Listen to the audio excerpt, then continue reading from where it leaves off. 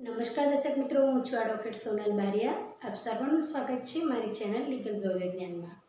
મિત્રો, કોઈ વ્યક્તિ મૃત્યુ પામી છે, પરંતુ તેને જો જીવતે જીવિત એક વિલ બનાવેલી છે અથવા તો એને કહી શકીએ વસિયતનામું, તો તેવા સંજોગોમાં વારસદારોના નામ કેવી રીતે ચડાવાય છે તેના વિશેની આજે તમને હું જાણકારી આપીશ.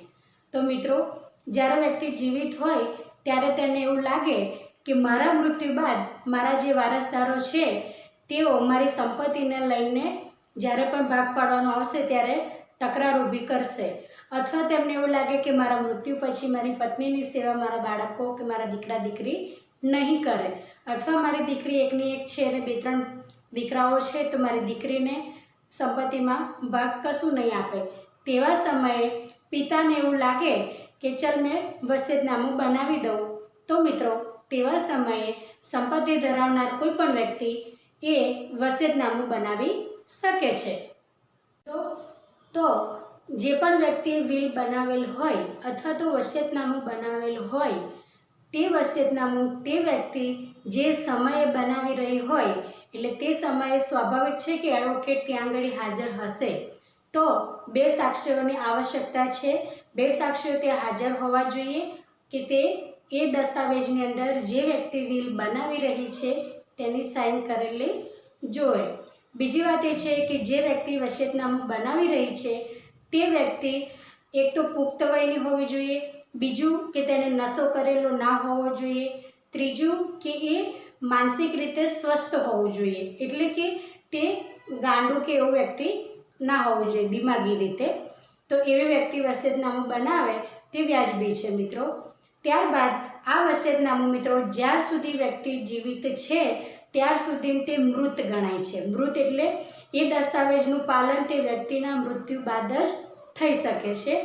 જેવી તે વ્યક્તિ મૃત્યુ પામે મિત્રો, અને તરત જ એ વ્યક્તિ જે દસ્તાવેજ બનાવેલ છે વસિયતનામું તે જીવંત થઈ જાય છે, કારણ કે તે વ્યક્તિના મૃત્યુ બાદ જ તેનું પાલન કરવાનું આવે છે મિત્રો.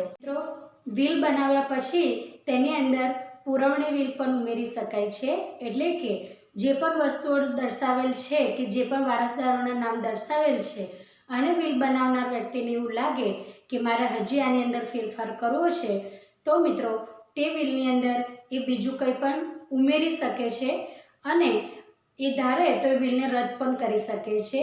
એટલે વિલને આપણે એક અસ્થાયી દસ્તાવેજ કહી શકીશું મિત્રો.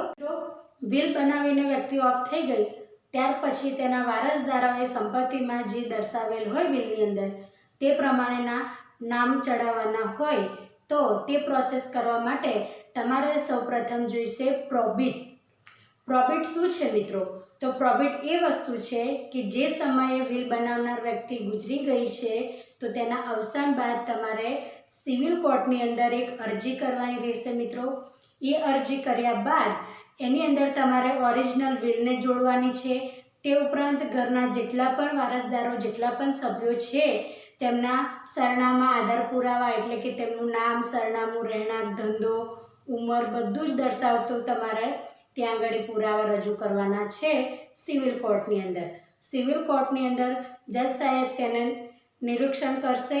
નિરીક્ષણ કર્યા બાદ બધાને નોટિસ મોકલશે મિત્રો, કે કોઈ જે તે એક દિવસ તારીખ આપશે કે આ તારીખે બધાએ હાજર રહેવું અને કોર્ટ પ્રોબિટ આપશે. તો જે તે સમયે વારસદારો બધા હાજર રહેશે અને કોર્ટ તેના પોતાના સહી સિક્કા કરીને એ પ્રોબિટ આપણને આપશે.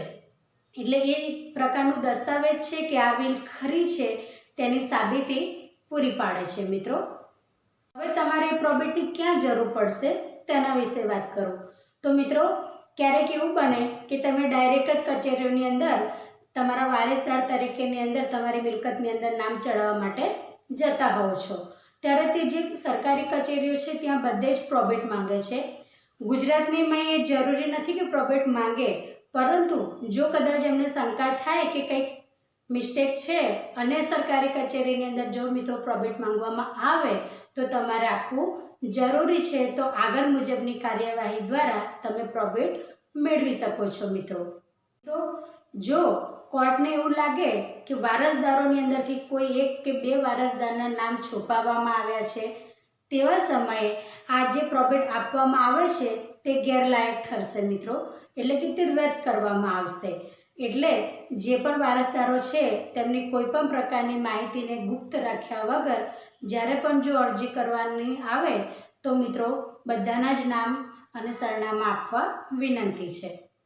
મિત્રો મિલકતના જે પણ ઓરિજિનલ ડોક્યુમેન્ટ છે તેની સાથે તમારે આ વિલ અને વિલની સાથે જે કોર્ટનીમાંથી લીધેલું છે પ્રોબેટ, આ બધું જ જે તમારી કોર્પોરેશન લાગતી હોય તો કોર્પોરેશન, સોસાયટીના જે પણ અલગ હોય છે નોંધ તો ત્યાં, પછી તે સિવાય નગરપાલિકામાં જો ગ્રામીણ વિસ્તાર હોય તો તલાટીશ્રીને તમારે આ રજૂ કરવાના રહેશે.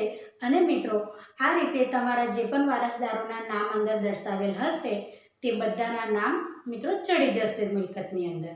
તો વસિયતનામાની અંદર એટલે કે વિલની અંદર જો તમારા જે પણ હોય ભાઈ બહેન અથવા કાકા કાકી ગમે તે, જો એમનું નામ ના દર્શાવેલ હોય અને તમે પ્રોબેટ લેવા જાઓ તો તે પહેલાં જેના વસિયતનામાની અંદર વારસદાર તરીકે નામ નથી દર્શાવેલ પરંતુ લોહીના સંબંધ છે અને કોઈ કારણસર પિતાએ વસિયતથી તેમને બેઘર કર્યા છે તો તમારે તેવા ભાઈ બહેન કે જે પણ વારસદારો હોય તેમની સાથે સૌથી પહેલાં સંમતિ લઈ લેવી જોઈએ મિત્રો. કારણ કે તમે બધી જ પ્રોસેસ કરશો અને પાછળથી તે લોકો કોઈ પણ પ્રકારની અડચણ ઊભી કરશે તો પૈસા અને સમય બંનેનો વ્યય થશે. તો સૌ પ્રથમ તમારે એવા સંજોગોની અંદર મીટિંગ કરીને ઘરના સભ્યો સાથે વાતચીત કરી લેવી એ આવશ્યક છે મિત્રો. આજના માટે આટલું જ. જો વિડીયો ગમ્યો હોય તો લાઈક કરજો, શેર કરજો, સબસ્ક્રાઈબ કરજો. તમારો કોઈ પ્રશ્ન હોય તો તમે કોમેન્ટ બોક્સમાં જરૂરથી જણાવજો, હું ચોક્કસ જવાબ